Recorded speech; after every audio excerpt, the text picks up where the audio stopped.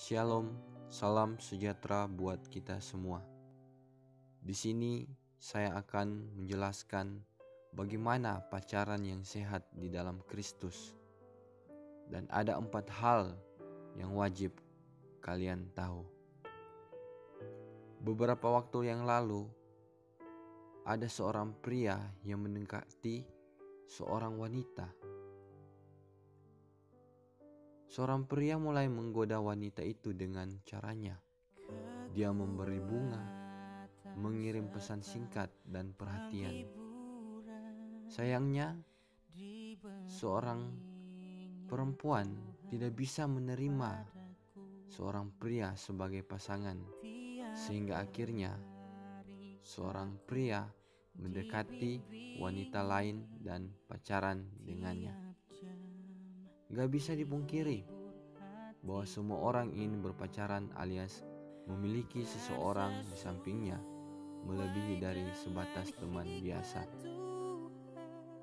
Dan tujuan utama pacaran adalah untuk menikah. Ada banyak orang yang sudah pacaran bertahun-tahun dan akhirnya menikah. Contoh saja artis Glenn Alinsky dan Chelsea Olivia berpacaran 8 tahun dan memutuskan menikah di tahun ke-9. Namun ada juga yang sudah berpacaran cukup lama tapi berakhir pada perpisahan. Misalnya Chico Jericho dan Claudia Cynthia Bella yang memadu kasih dalam pacaran selama 5 tahun namun berakhir pada perpisahan karena agama yang berbeda. Selama bertahun-tahun pacaran, ada begitu banyak hal yang terjadi. Ada banyak orang yang kita temui secara umum berpacaran dengan cara mereka alias gak sehat. Jadi, jelas sekali bahwa menemukan hubungan yang sehat di zaman sekarang sangatlah sulit. Dan kebanyakan dari mereka terikat dengan dosa. Mungkin kamu juga pernah berada dalam posisi demikian di masa lalu.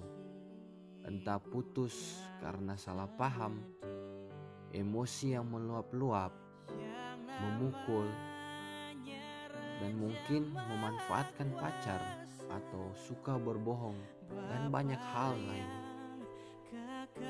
Yang pasti kini kamu menyadari bahwa kamu salah. Alkitab menuliskan di Roma 12 ayat 2, janganlah kamu menjadi serupa dengan dunia ini, tetapi berubahlah oleh pembaharuan budimu, sehingga kamu dapat membedakan manakah kehendak Allah, apa yang baik, yang berkenan kepada Allah yang sempurna. Jadi, jika ingin memiliki hubungan yang bertahan lama dan sehat, jauh seperti masa lalumu atau drama pacaran yang kamu lihat dari sekitarmu, pertama kamu harus merubah diri menjadi jauh lebih baik dari masa lalumu. Di sini ada 4 hal berdasarkan firman Tuhan dan bagaimana membangun pacaran yang sehat. Yang pertama, saling mendorong satu sama lain menuju Kristus. Apa sih perbedaan utama antara pacaran duniawi dengan pacaran yang sehat menurut kebenaran? Yap, Yesus adalah jawaban yang tepat. Hubungan yang berpusat pada Kristus dan fokus pada kebenaran firman Allah akan jauh lebih sehat daripada hubungan yang dijalankan berdasarkan nilai-nilai duniawi. Dengan mendorong satu sama lain untuk bertumbuh di dalam Yesus, secara otomatis kalian akan bersikap proaktif melawan dosa.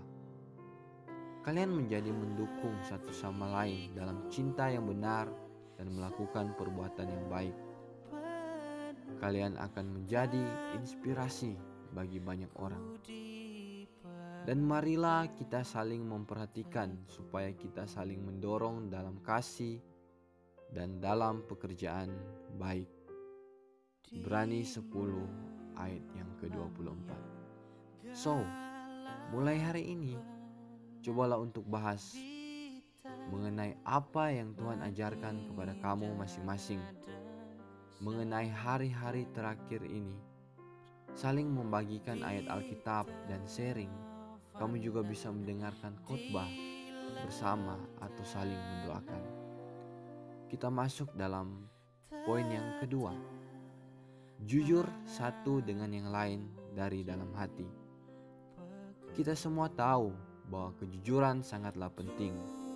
Kejujuran dalam hubungan pacaran dan kepada orang lain lebih dari sekedar tidak berbohong. Jujur di sini adalah tentang menjadi diri sendiri dengan seluruh keberadaanmu dan bahkan semua beban atau bahkan kebiasaan burukmu. Jujur saja satu sama yang lain juga kepada orang lain. Percayalah dalam kelemahan dan kekurangan kalian. Justru kuasa Tuhan menjadi sempurna dan jadi berkat. Dan yang ketiga, merawat diri sendiri. Hubungan yang sehat terdiri dari dua orang yang saling menjaga diri dengan baik. Ya, kita dipanggil untuk melayani orang lain juga, dan gak hanya diri kita sendiri. Filipi 2 ayat 4. Tapi 1 Korintus 13 ayat 6 mengatakan bahwa kita adalah bait Allah dan roh Allah berdiam di dalam kita. Dan itu artinya kita harus memprioritaskan diri juga. Menghormati Tuhan dalam diri kita sendiri. Menghormati Dia dengan layak. So, mulai hari ini buatlah daftar perawatan diri sendiri dan sengaja jadwalkan waktu untuk mengurus diri sendiri. Jangan melulu dengan pasangan. Dan yang terakhir, yang keempat, kalian harus mencari pembimbing alias memiliki mentoring. Guru terbaik adalah kesalahan kita sendiri, dan guru terbaik kedua yang paling menyakitkan adalah kesalahan orang lain kepada kita. Ada begitu banyak hikmat di dalam tubuh Kristus yang bisa menyelamatkan kamu dari rasa sakit, patah hati, dan dosa. Nah, itu sebabnya kamu harus mencari dan memiliki kakak mentor, supaya hubungan kalian tetap ada yang mengayomi. Tuhan bisa bicara kepada siapapun. Seringkali Dia justru memakai orang lain untuk menegur kamu. Carilah kakak mentor yang bisa membangun kamu ya. Amsal 13 ayat 20. Siapa bergaul dengan orang bijak menjadi bijak, tetapi siapa yang berteman dengan orang bebal menjadi malang. Hubungan sehat tidak dibangun dalam sehari atau 2 hari. Hubungan yang sehat tidak tercipta begitu saja. Jika ingin menjaga kekudusan dalam hubungan, kamu harus kudus dulu. So, ini saat yang tepat buat kita mengubah pola yang salah dan membangun pacaran yang sehat.